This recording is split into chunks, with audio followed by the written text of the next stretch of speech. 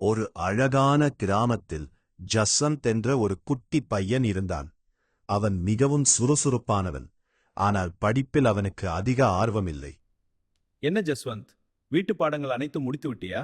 ஆமா சார், எல்லாம் முடித்து விட்டேன். தினமும் ஆசிரியர் கொடுத்த வீட்டு பாடத்தை செய்யாமல் நான் செய்து முடித்துவிட்டேன் என்று பொய் சொல்லிவிடுவான். ஒரு நாள் பள்ளியிலிருந்து வீடு திரும்பும்போது தரையில் ஒரு பிரகாசமான பென்சில் கிடந்தது.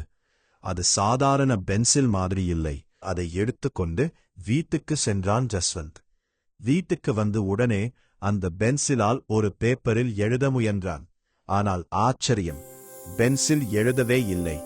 அவன் பலமுறை முயன்றான், ஆனால் அது வேலை செய்யவில்லை. வீட்டு பாடம் முடிச்சிட்டியா? ஆமா அம்மா, முடிச்சிட்டேன். முடிச்சிட்டேன் என்று பொய் சொன்னான்.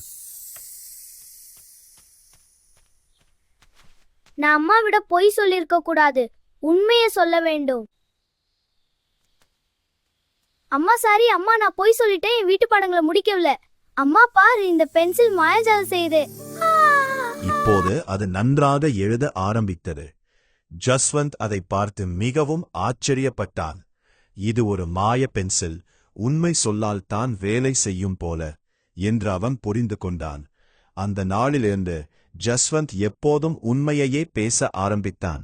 வீட்டு பாடத்தையும் நேரமாக செய்து முடித்தான். அவன் வாழ்க்கை மெல்ல மெல்ல நல்லதாக மாறியது.